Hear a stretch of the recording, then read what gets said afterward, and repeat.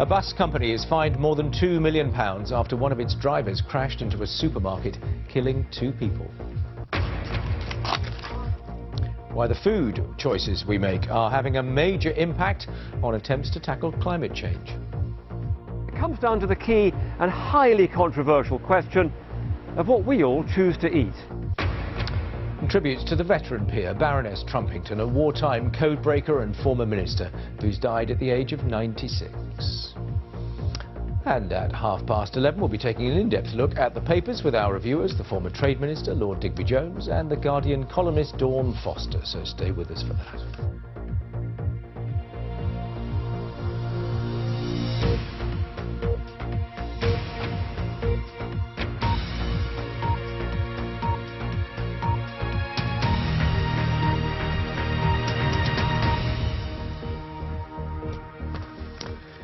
Good evening and welcome to BBC News. The Home Secretary has expressed his concern at the significant increase in migrant boats crossing the English Channel. Sajid Javid says the traffic is being organised by criminal gangs and he's promised more cooperation with the French authorities. This morning, 18 migrants, including a baby in 2 small boats, were stopped in the Channel. 110 migrants, many saying they're Iranian nationals, have made it to Kent this month alone. All of them have been passed to immigration officials. The French police say they believe the recent surge is down to tighter security at Eurotunnel and also to Brexit, with migrants wanting to get to the UK before it happens. Our correspondent Colin Campbell reports. Rescued off the coast of Dover, inflatable dinghy. These are migrants from northern France trying to get to Britain. In the last few months, there's been a surge in this kind of activity. A migrant camp in Dunkirk we're secretly filming using an undercover researcher. It's smugglers like this man who are at the heart of the problem, willing to risk lives for financial gain. A boat, it will cost you £3,000 to £4,000. I'm taking 3 people with me. They pay in cash. We get a boat and off we go. He says he was a fisherman in Iran and getting us across the channel would be easy. Look, I will check the weather. You have waves in the sea, ferries cross the water, and they can drag you underneath them even if you're 1 kilometer away. But I know the sea routes where you will not be disrupted by the ferries. More than 100 migrants have reached the Kent coast by boat in the last 3 weeks, but not all that depart succeed. Farhad from Afghanistan was put in a dinghy with 11 others. He was rescued at night after the engine stalled. He thought he was going to die. It was freezing a couple of days ago, and when you get wet, we were full wet. I was like that to myself. A couple of guys, they actually fainted, you know, they fainted, they were sleeping, and we're trying to wake them up. And we're trying to wake them up because their hearts will stop from the cold. This migrant told me the boat he was in capsized after being battered by waves. Living in a squalid makeshift camp in Calais, they claim they fled their countries because of religious and political persecution. Their desperation to get to the UK is being fueled by fears of Brexit. How many of you think that it's going to get harder? Harder? Put your hands up. You all think it's going to get harder. There is a rush. Everybody's talking about it in here in the jungle. They're like that. We need to get in quicker, you know what I'm saying, in case the security gets tied up. Even as winter sets in and temperatures start to plummet here, migrants in this part of north of France are continuing to prepare to cross this treacherous stretch of water. It's happening at night time in the dark, and they're using their mobile phones to navigate across to the Kent coast. Waiting to catch a dinghy to the UK, these Iranian migrants told me they'd paid £6,000 each and were waiting to be taken to a nearby beach by smugglers. We have to go by boat. We know we are putting our life in danger. I've tried before, but the waves were 3 meters high and came up over the boat. I already stared death in the face. There are fears drowned migrants could wash up onto Calais beaches. Migrants trying to cross are risking their lives every night here in Calais. Is the French authorities doing enough? Well, we try to stop them. We stopped quite every boat that tried to cross the channel, but we need to face the truth. The truth is we cannot stop everyone. Overloaded with migrants, this was the boat stopped by French authorities this morning. They were rescued, but there's real fear lives may soon be lost. Colin Campbell there reporting on events in the English Channel. The Prime Minister has embarked on a tour of the UK to try to sell her controversial Brexit deal. The deal heavily criticised by MPs yesterday. But earlier today, one of her most loyal supporters, the former Defence Secretary, Sir Michael Fallon, declared that the deal was doomed and the worst of all worlds. On the first part of her tour, Mrs May has been visiting Wales and Northern Ireland, where there's a sharp focus on the so-called backstop, a kind of insurance policy which would keep an open border between Northern Ireland and the Republic in the event of Britain leaving the EU without a formal deal. Our political editor, Laura Koonsberg, now reports from Belfast. The start of another working day. The hardest job in Brexit has been working out what happens here. In Belfast, as in Parliament, maybe the only thing everyone feels is frustration. I think people are sort of getting fed up with it. A lot of people's maybe afraid now, more than we ever were. But you just have to get on with it. Afraid of what? Well, afraid of a hard border because it's been talked about. I don't think it'll happen. Afraid of, are they going to be left out on their own or different part of the UK? Just had enough. I don't think anyone knows what's happening there, honestly. The Prime Minister's working day just gets harder. Controversy everywhere. Here, trying to sell her economic compromise and the so-called backstop, where if there's no big trade deal with the EU in future, Northern Ireland would be more closely bound to the EU than the rest of the country. She knows it's unpopular. Hear her laughing about being written off. You won't be able to achieve this. You won't be able to achieve that. You won't be able to achieve the final deal.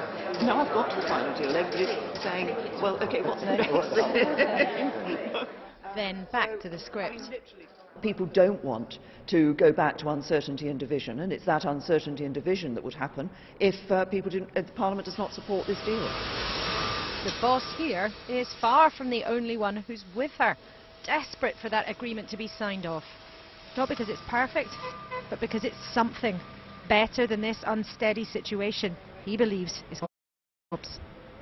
We need a deal, and there's only one deal on the table.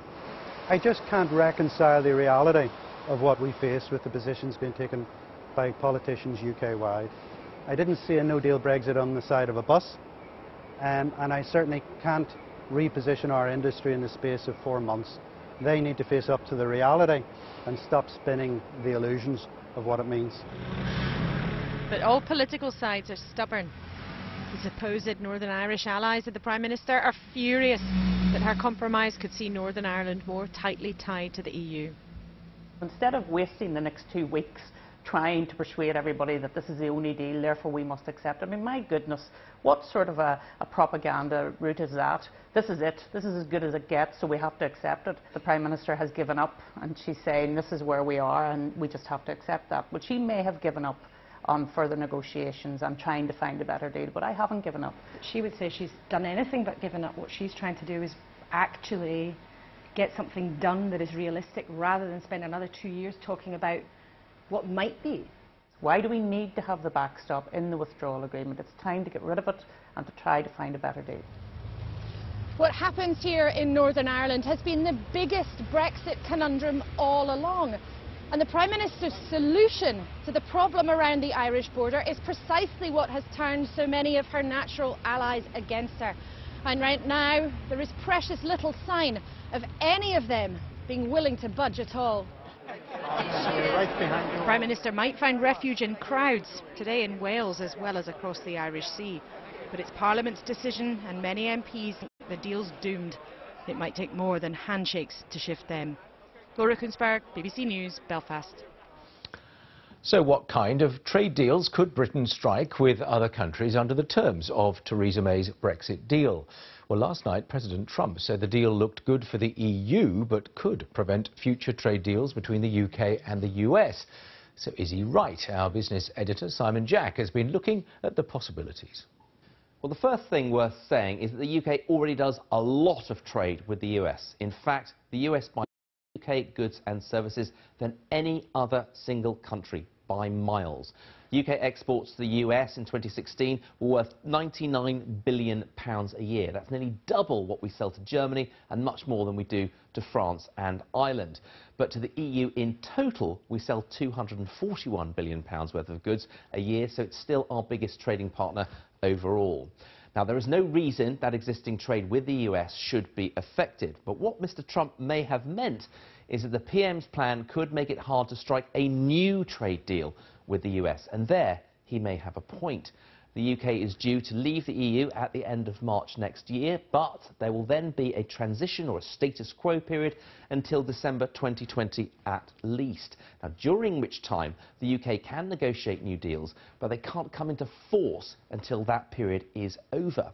And if a deal is not done by then, the backstop designed to ensure the Irish border remains open could be triggered, which again means the UK stays in the customs union with the EU, making a trade deal with the US very difficult.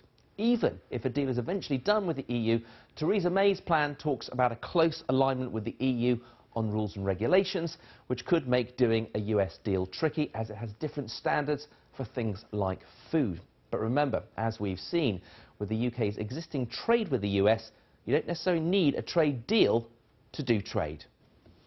Simon Jack. Well, the former Conservative Minister Joe Johnson has renewed his call for a further referendum on Brexit. Mr Johnson, who voted to remain in the EU in the 2016 referendum, stood down when Theresa May's prospective Brussels was being presented to cabinet ministers. He told Hard Talk's Stephen Sacker that the public should be given the opportunity to vote on Brexit now that more details were known about what was on offer. What I'm saying is, now that we know what the concrete reality of a negotiated Brexit is, that we go back to the people and say, you wanted Brexit, this is the negotiated Brexit which the Prime Minister has delivered. It is the only Brexit that's negotiable, that's on the table. Now over to you. If you want it, this is it. If you don't want it, there is an opportunity to reconsider that decision. And you can see the full interview with Joe Johnson on Hard Talk at 4:30 tomorrow morning or midnight on Thursday. And, of course, it's also available on the BBC iPlayer. A bus company has been fined more than £2 million after it ignored warnings about a driver who later crashed into a supermarket, killing 2 people. The Midland Red bus careered into the Sainsbury's store in Coventry 3 years ago, killing a 7-year-old boy and a pensioner. The court heard that the driver, who was 77 at the time, had mistaken the accelerator for the brake. Our correspondent Seema Katecha now reports. It was a bus journey that went terribly wrong and cost 2 people their lives. 76-year-old Dora Hancocks and 7-year-old Rowan Fitzgerald. Behind the wheel was 77-year-old Kailesh Junda, a driver who lost control as he pulled out from a bus stop and ploughed into a Sainsbury's store. Today, his former employer, Midland Red, was fined £2.3 million after admitting failing to prevent the accident by monitoring the driver's performance and tiredness. Our own detailed policies were not followed as closely as they should have been. There were failures at an operational level in driver supervision, and we deeply regret the opportunities that were missed to act decisively on emerging warning signs. The court was told how on numerous occasions the company had been alerted to Mr Junda's problematic driving and had failed to respond. The judge, Paul Farrer QC, said that Midland Red had deliberately disregarded the evidence because of staff shortages. He said Mr Junda, who had been judged medically unfit to stand trial, had worked more than 70 hours in some weeks prior to the accident. Today, Rowan's family said Mr Junda should have known he posed a risk, and Midland Red was equally to blame for the cruel way in which the child died. Seema Katecha, BBC News, Birmingham. 11:15, time for the headlines on BBC News. 18 migrants, including a baby, are rescued from 2 small boats in the English Channel as they tried to reach the UK. Theresa May has started her tour of the UK to sell the controversial Brexit deal, which has been widely criticised by MPs. A bus company has been fined almost £2.5 million after one of its drivers crashed into a supermarket, killing 2 people.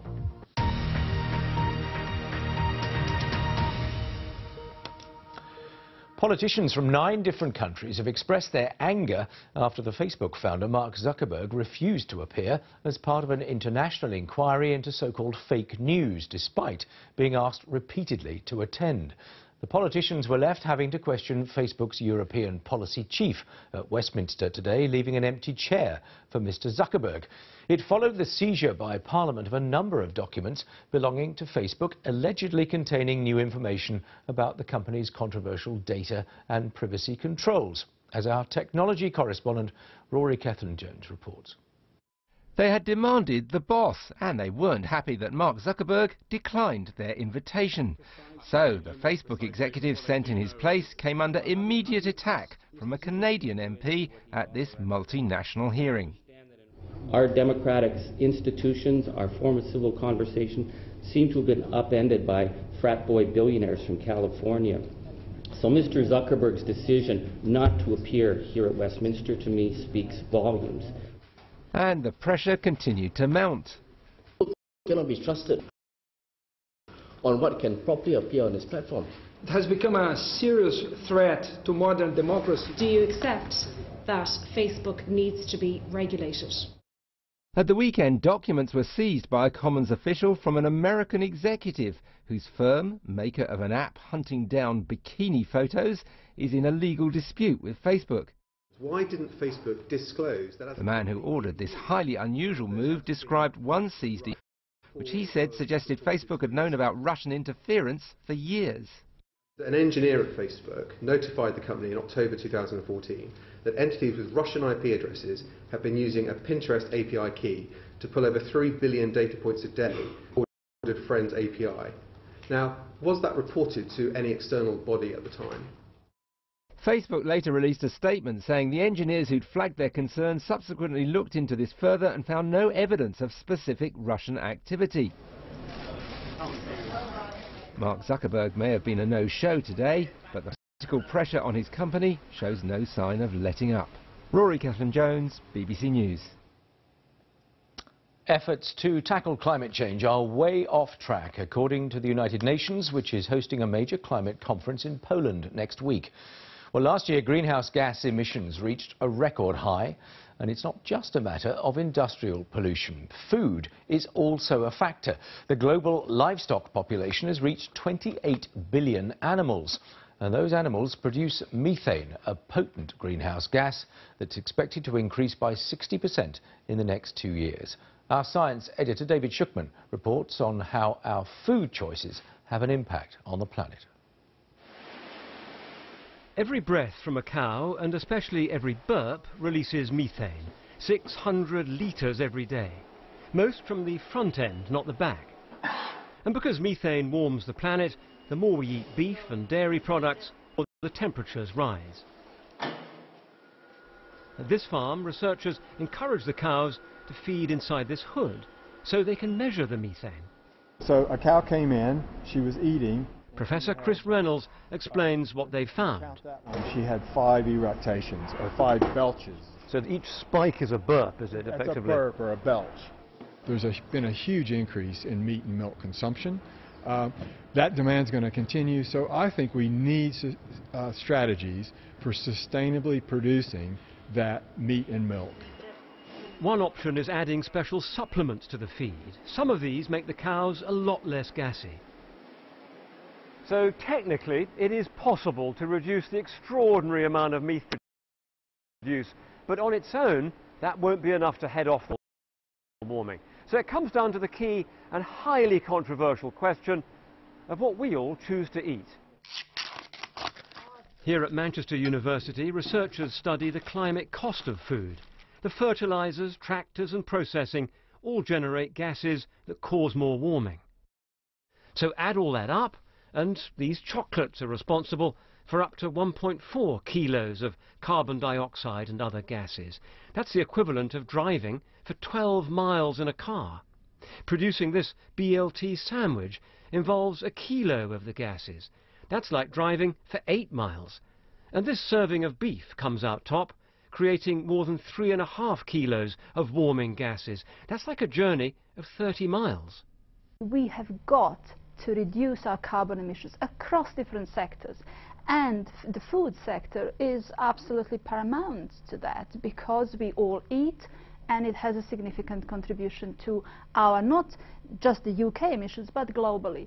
So we have to do something about it. And it won't be easy, and it won't be popular. So what does this mean for our everyday shopping? Well, Mike Berners-Lee helps supermarkets to work out their climate costs. The differences are striking. So making the switch from beef and lamb down to plant-based proteins is about 1/50th of the carbon footprint. His advice is to eat more of this and to check if the produce is British and in season. Also to avoid fruit and veg that's been flown here. It's a tenderstone broccoli that's come from Kenya, and that will almost certainly have gone on an aeroplane. There are still some simple rules of thumb. So is it either in season, or is it robust enough to have been able to have travelled from elsewhere in the world on a boat? Mike and other experts say they don't want to preach about low-carbon food, but they say if we want to tackle climate change, we need to eat less of this. David Schuckman, BBC News. In France, President Macron has insisted he will not abandon his vision of a low-carbon society, despite nationwide protests against rising fuel prices. Mr. Macron is introducing higher taxes on petrol and diesel. He also wants all coal-fired power stations in France to close by 2022. But he said he understood the anger of protesters, as our correspondent Lucy Williamson reports from Paris. Emmanuel Macron likes his country united and his opponents divided, which is what makes these protests over fuel tax so tricky, exposing France's social divisions and uniting people from different political parties against him. Eco-taxes, he said today, meant different things to different people, while some worried about the end of the world, others worried about the end of the month. Inequalities, he said, that went far beyond one issue or one country. Brexit is the same problem. It's British citizens saying the world on offer is no longer made for them. It's made for the City of London. All democratic societies today are facing this challenge. Last weekend, thousands of protesters filled the Champs-Élysées to demand an end to tax rises and even an end to Macron's presidency itself. Protests here are usually organised by a union or a political party. This one sprang from social media with no official leadership, and polls suggest 3/4 of French voters back them. At a roundabout outside Reims, the Champagne capital of France, protesters say economic frustration has been building for years and that households keep bearing more of the burden while businesses and the wealthy get tax cuts. Natasha works 2 jobs but says she can't afford to buy her children sweets. Désolée, ma fille. We eat a lot of noodles and potatoes, she says. We rarely have meat. With France's political opposition still divided and some voters losing trust in the system itself, social issues are becoming a new kind of bridge. Mr. Macron has to listen before it's too late. The protests are very peaceful for now, but there will come a time when we can no longer contain the people.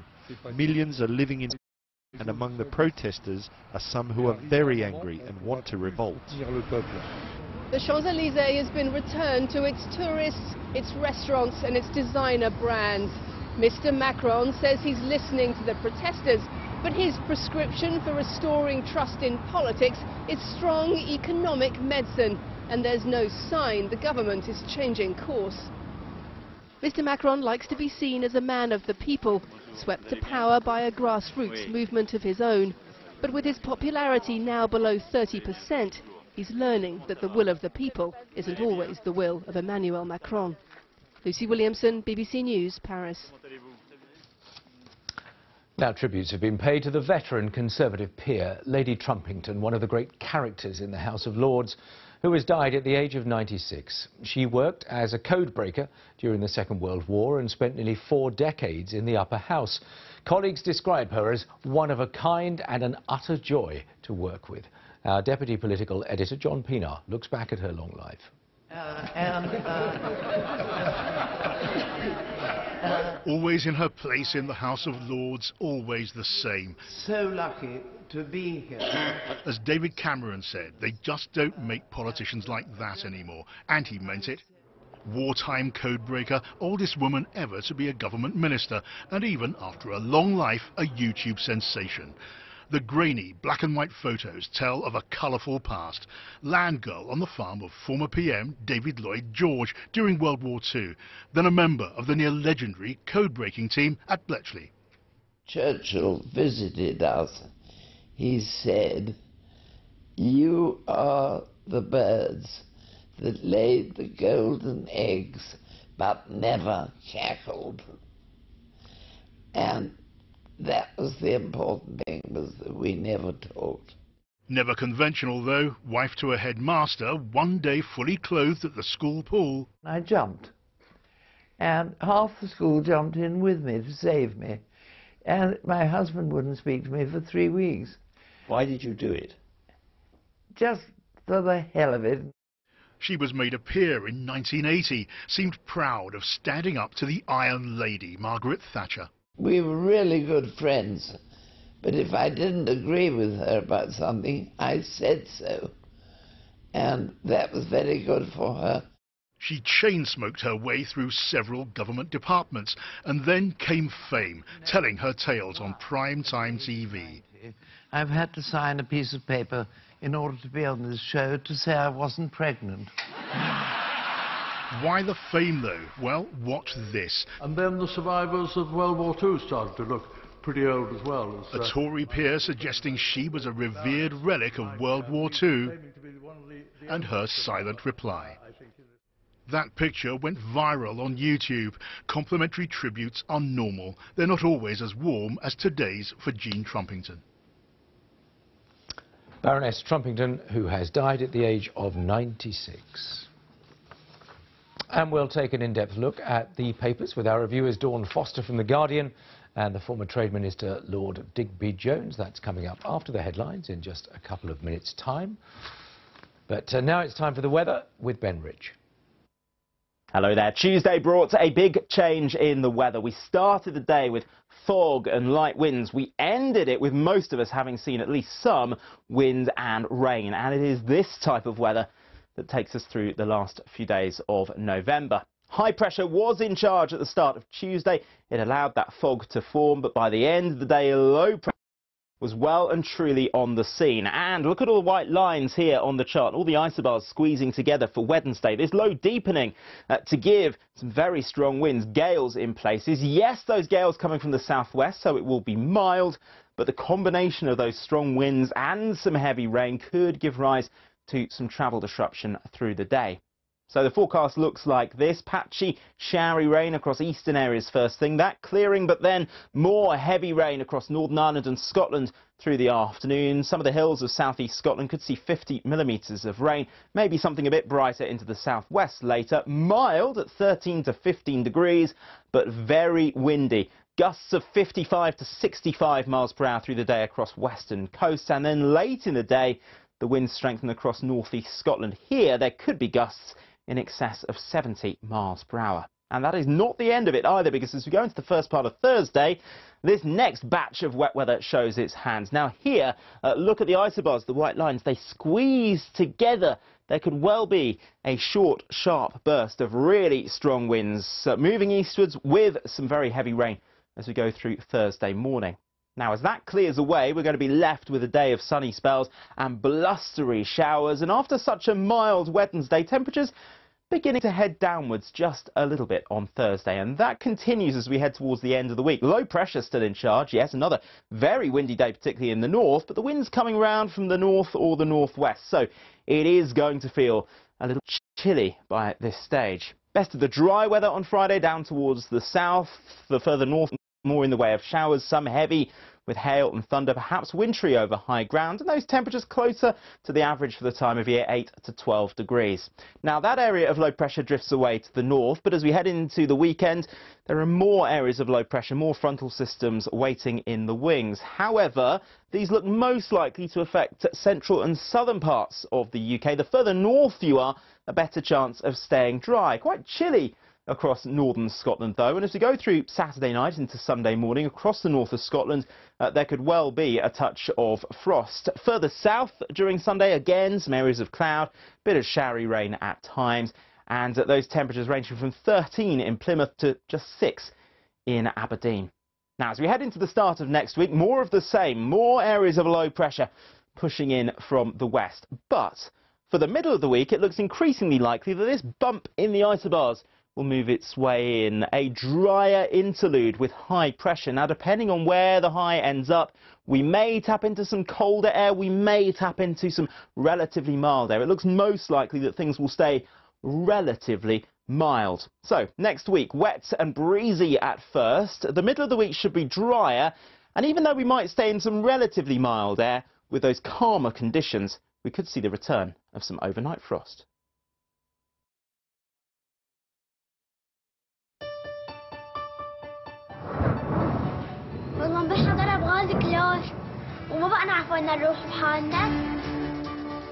Our World is a unique series of films on the BBC. I want to be able to bring her home.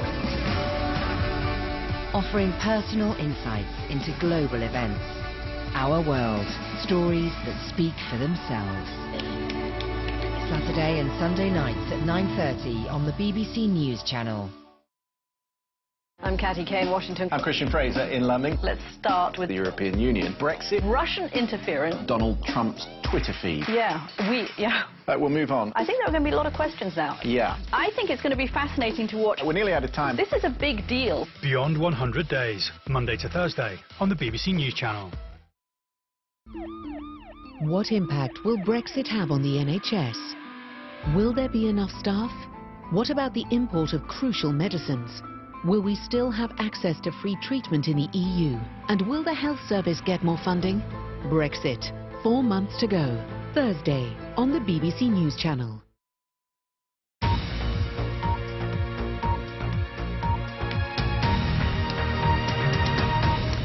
Hello, good evening. This is BBC News with me, Julian Warwick. We'll take a look at tomorrow morning's papers in a moment. First, though, the latest headlines. 18 migrants, including a baby, have been rescued from 2 small boats in the English Channel as they tried to reach the UK. Theresa May has started a tour of the UK to sell the controversial Brexit deal, which has been widely criticised by MPs. A bus company has been fined almost £2.5 million after one of its drivers crashed into a supermarket, killing 2 people. Global efforts to tackle climate change are way off track, according to the UN, as it details the first rise in CO2 emissions in 4 years. And tributes have been paid to Baroness Trumpington, a wartime code breaker and former minister who's died at the age of 96.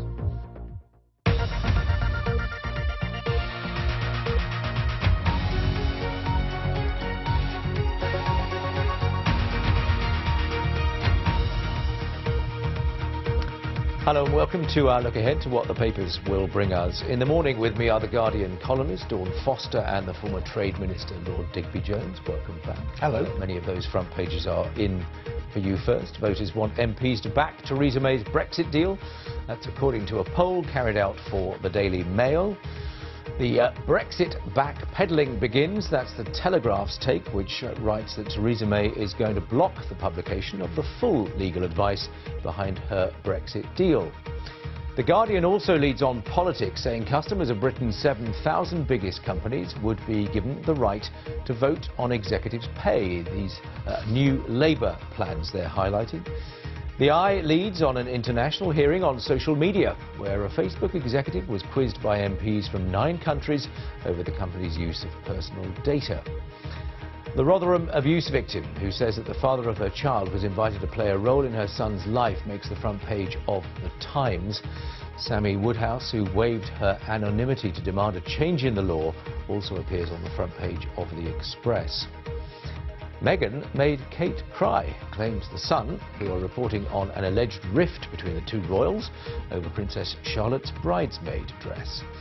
And the Mirror also leads on the Duchess of Sussex, who say the security bill for Prince Harry and Meghan's new home could cost £5 million. We will have a look at least some of those over the next few moments. Not necessarily the bridesmaids' dress rumpus, but who knows. The Times, let's take their first. Digby, kick us off this time round. Rotherham rape victim reveals new care scandal. I'm really glad, actually, June, that we can carry this first, because this is disgraceful.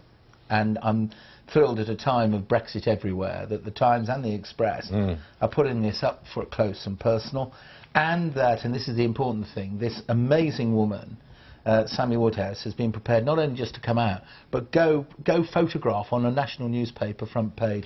God bless her and well done. She asked her son, who's 28, her son's permission, could she do this, so that he would be found, of course, and he's given his consent. And this is about a local authority that actually says, the law says, that we have to offer the chance to apply for parental rights to the two parents.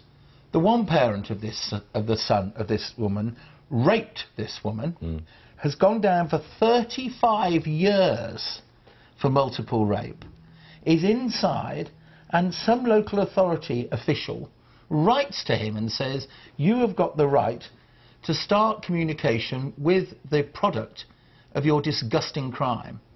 And the very fact that some local authority official would have written that letter, or emailed, no matter what it is, but would have made it, didn't that official think, well, the law might say I do this, but shouldn't I take this upstairs? Shouldn't I actually ask somebody, where is the common sense in this? I suppose the point, though, and Dawn, come in on this, is the fact that the law, apparently, there are legal requirements. Yes, absolutely. Whoever, whichever council official has done this has basically looked through the all of the documents that they have to abide by, looked at the rules, etc. And as has been pointed out, politicians and governments and the legal system has said that this person does have potential rights to the child, even if the child was conceived without the mother's consent. And this is, this will not be the only case. It's mentioned in the story that this has happened in the past, beforehand. It's just because this very extraordinarily brave woman has come forward, first of all, to testify against her rapist, and then to basically talk about the fact that even after he's been put behind bars, her and her son are still subject to the repercussions of his crimes. And it's very, very obvious that the law needs to change here. There need to be a lot more stipulations in place to protect victims, but also, victims' children. I mean, interestingly, she's called for new rules, and this is her line, to, quote, ensure that no rapist will ever be able to access a child conceived through rape. Yes, and she's quoted as saying, this isn't just happening to me, this is happening to people all over the country, it's wrong and it's got to stop. Then the council official, Minister of Justice on their behalf, said, the council insists it's merely following legal guidelines. But then, a former social services director at Dorset County Council is quoted as saying, quote, the perverse contemporary fashions and ideologies underpinning the notion that perpetrators are, quote, victims, unquote, and hence deserve equal status to whom they abuse. Yeah, I wanted to pick up on that. I mean, Dawn, what's your take on that view? Is that where we've got to, perverse contemporary fashions? I think it seems a very kind of vague statement. I think that one of the issues here is that because basically rape is such a very difficult crime to actually convict, and rape conviction rates are very, very low. I think that there will be a lot of grey areas in the law that look at this. For instance, if, for instance, you are convicted of rape, it's overturned later, at what point are people banned from seeing children in the interim? And that's probably what's happened here. There have been some strange kind of grey areas and overlaps, but it shows one of the big problems with the law, which is basically that it looks at very specific rules, and when it comes into council guidance means that actual people's feelings and how it translates into real life scenarios are just completely ignored, and it's had horrible repercussions for this woman and her child. You're right, that's an excellent analysis, but surely there is a human being who writes this letter to this guy in prison. Now, before they did that, wouldn't they just think, I ought to take this upstairs. I ought to go to somebody somewhere and say, can you give me some guidance here? Because the law says I should do this, and it's ridiculous. Of course, he might have done. We don't know. Oh, well, that's a good point. He might have done. I mean, it's interesting to see what Sarah Champion had said, because she's the MP for Rotherham, and of course, she has spoken out over this issue for a number of years. She says, quote, appalling example of the law being set up either to favour the perpetrator or to actively work against the rights of the abuse survivor. Yeah, and of course her involvement in this goes back to the actual initial independent inquiry, taking us back to 2014 and before. I mean, it's all very well and good for people to say, you know, the law is an ass, and there are times when it is. But the people, you know, law is an active, living, moving thing that depends on people, and perhaps maybe one might say people are an ass sometimes. Yeah, and as you say, her decision to waive her anonymity. Oh, God bless her. I mean, how brave is that? Yeah. Now we're going to go to the Guardian. I'm anticipating an interesting division of opinion on this. As it's your paper, Dawn, you can go first on this. This is an exclusive written by Larry Elliott. Labour plan to give customers of big firms vote on boardroom pay. What do you say? Well, the University of Sheffield, some of their key economists have come up with a package of things that they think will strengthen workers' rights and address inequality in the UK. They point out what a lot of people have been, pointing out as a big issue, which is the fact that the UK have had the weakest wage growth in the past 10 years of like 9 major developing countries. And there are a few packages in here that they think might help curb executive pay and try and stop the fact that the 10% of the poorest in the UK are getting poorer and the 10% at the top are getting even richer. And one of those is to give stakeholders and possibly consumers more say on bonuses and all sorts of things, and rises in chief executive pay. And another example is quite a good one, which is that the report says that bonuses should only be paid in cash rather than shares and dividends and that sort of thing in offshore companies, which could try and help some corruption there. And also looking at, when it comes to high pay, reporting those, but also looking at the gender and ethnicity of who the highest paid are. And I think those, it's a really good package that could try and stop the worst excesses at the top and try and make things a lot fairer. And also looking at putting in pay ratios so that the very poorest in a company are never paid much less as a ratio than the very richest.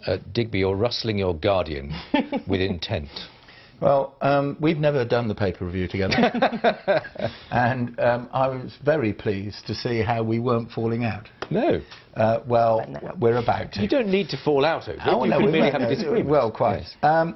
Larry Elliott, what you don't know, it's a well-kept secret, is he's written another article saying that Labour have come out with the fact that free beer for everybody on Fridays, and the fact that everybody can have a lot of money given to them on Tuesdays, and vote Labour, and everybody's going to run off into the sunset and la. Just in case anybody thinks that's accurate, we should say that I think your tongue is firmly in your cheek as you say that, but do go on. Well, and absolutely, you see, it's a typical thing that an opposition party, especially a Marxist, hard-left, business-hating party, would actually say. Because in there... Dawn sips her water at this point. There's one or two things which, and the way Dawn put the last bit of what she said, I agree with actually, which is a good piece of work that says, are the top jobs and the biggest pay going to white Anglo-Saxon males? And what about ethnic diversity? What about opportunity? Is it being realised? That sort of thing, I think, is first class. So, but you see, then they go and spoil all that by saying this. Okay, well, customers are going to vote on this. Can somebody just explain to me how you get a customer? How do you identify what a customer is? What do you do if you shop and spend £70 a week at Tesco and you do it for 43 weeks? You get some points. You get Green Shield stamps and a vote on the boss's pay. Bring it back to the issue which they are trying to that's not what the headline says. No, I know that. Customers of big firms will vote on boardroom pay. I get that. And what's a customer? You've explained that, but I'm interested and to in a digital world, you can have a customer in Moscow and Bucharest. Okay. Get to the point, though, of where they are trying to address what they see as a problem. If this is not the way to do it, what is the way to do it? Firstly, if you're a private company and you've risked your money and you've risked your reputation and you've never seen your families on the way up, you've now really succeeded and you own 100% of it, what on earth has a politician got to do with telling you how you actually behave in terms of the pay you take out of a business? Because all Labour want is to make everything either compulsory or forbidden. But if a politician sees consistent there is clearly divisions abuse, between the rich and the poor, they've got to deal with it. There is clearly abuse with undeserved bonuses. Okay. That's where I was keen to go. I'm not going to mention the name. What do you do to it? Well, there's a big difference, isn't there? For instance, I'm on record as saying this. The boss of BT gets fired, basically, and his leaving present is a couple of £1 million. That is ridiculous. Because why was he fired? Underperformance. So, in that example, that is grist to Corbyn's Marxist mill. But if you actually look at so many deserved cases, that you have got to understand that reward is a different thing. We are trying to take a sledgehammer to crack a nut of unfairness. Right. And that is a shame, because you're going to throw the baby out with the bathwater. I'll tell you what, there won't be a business community, because they'll all have gone to another country. A response to and that then you'll end up taxing all the poor, because no one else will be here to pay the tax. A response to that before we move on. The Labour Party are actually not communist. They're actually not I didn't Marxist. say communist.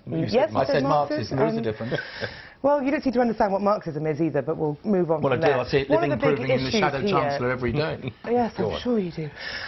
You know, this is a big report from the University of Sheffield, who have looked very deeply into this and have clearly found ways that they think this could work in business. And, you know, the Labour Party have, you know, done what the Conservative Party aren't really doing at the moment, which is looking at what could happen after Brexit, what could happen once we've got this out of the way, and looking at new and interesting ways that we can try and address inequality. And most people actually are very unhappy with how much profit a lot of these people make. The vast majority of people have not seen their wages increase in the past 10 years. More and more people are on zero-hours contracts. And, you know, if the University of Sheffield have found a way to actually look at how to give people more of a say in the companies that own their life, you know, own their life. And I should just make one thing clear, by the way, just in the interest of fairness. Very briefly. It might well be that Messrs Corbyn and McDonnell and others are not Marxists today. And that should be fairly said, and I should be saying that might not be true. Okay. What is true is they are hard left. Okay. And that's well, different. I'm going to move it on now, because I think we've had our disagreement on that. Let's deal with the Sun's coverage of Brexit and Theresa May's vote, because according Dawn to what they're saying, she's going to lose this vote on a deal by 200? It's not looking particularly good. So at the moment... It's in quotes, so who's saying this? Well, there are lots and lots of people who've been doing lots and lots of numbers at the moment, and basically when you look at who in the Labour Party is likely to back it, it's almost nobody. You look at the Lib Dems, not really going to do it. The DUP have had a very, very firm line saying those 10 MPs will not back it. So at the moment, everybody's looking at how many people in the Conservative Party will rebel. And the numbers are looking terrible for Theresa May. You know, it was mentioned yesterday that Theresa May said if she lost the first vote by under 100, then she saw herself, in quotation marks, still in the game. If it's 200, well, what's she going to do? 200 would be astonishing. Yeah, well, she also says here that she'll carry on pushing it until it gets through Parliament. I think there's two things in this. One is it's the beginning of it's seconds out round one, isn't it? And this is the first shot across the bows. Wake up, people! This could be a huge. And the Sun is no fan of this. Sun is no fan of anything. Exactly. No. I would take the figure with a pinch of salt. The concept of it being big, I would absolutely get. When you say big, what are you thinking? Well, around 100 you were saying, and I think the same. But you see, the really significant thing is Number 10 has warned that the PM will not ditch the deal, and will keep pushing it through Parliament until it passes. Now, that comes straight out of the EU rule book, doesn't it? You know, Fred Juncker, what's his name? Jean-Claude Juncker. Jean-Claude. You know, what it is you get a country who says, I don't like the EU, we'll have a referendum. And when you actually say you don't like them, you're told to go and do it again and again and again until you get it right. And that is what the EU do. They have previous. She's learnt very well from them, because she's saying, you're going to carry on here and we're going to keep pushing till it passes. She might do that, isn't there? That if she loses it the first time round, there might be some sort of mechanism where people have the chance to think about the consequences, and they go back and they think again. She is counting on it. I mean, I think there's absolutely no way the Conservatives genuinely think they'll get it through on the first go. So I think she's definitely counting on there being a second vote. And at the moment, she's apparently, according to BuzzFeed, has a team called Project Vote, very imaginative, who are in Number 10, working day and night to try and work out how they can force this through the second time. And one of the ways will be to get people to abstain. In other words, don't vote. You've said you won't vote for it. Fine. Just don't vote against it. Abstain. And that might be a way she can put it off second time round. Let's finish by reflecting on Baroness Trumpington, who, Digby, I know you met. Yeah, she's on the front of the eye, well, extraordinary woman. Well, yes, and you know, a person who, when you look at some of the trials and tribulations that affect us all in life generally and public life today, you know, we don't know the half of it. I mean, this woman, I was in the Lords with her for some years, and she was just an amazing person. And by the way, that doesn't make her perfect, and it doesn't mean that she was, in everything she did was absolutely right. But when you think that she was part of the code-breaking team at Bletchley Park, and then, of course, she was the oldest minister, I think we conclude, not cabinet, but oldest minister, ever, and then she rocks up at the age of 90 and starts doing Have I Got News for You? I mean, this is something else, isn't it? And I just say to the millennial generation, before you actually think that you're hard done by, look at that woman. Thoughts, finally? She's a great woman. She was a Bletchley Park codebreaker. You know, she was a big stalwart in Parliament. She had a very exciting, very, very varied life, and she carried on till the very end. She really enjoyed herself in the Lords, and she had a very, very good sense of humour. She certainly did, and that V sign. Yes, it was Tom King turned around and called them some people who were archaic from the Second World War. Yes, I can't remember what the exact word. Yes, he was clearly implying that she was quite old. Yes. So she reminded him that she was Churchillian. Would that be a good way of saying that? Very good way of putting it.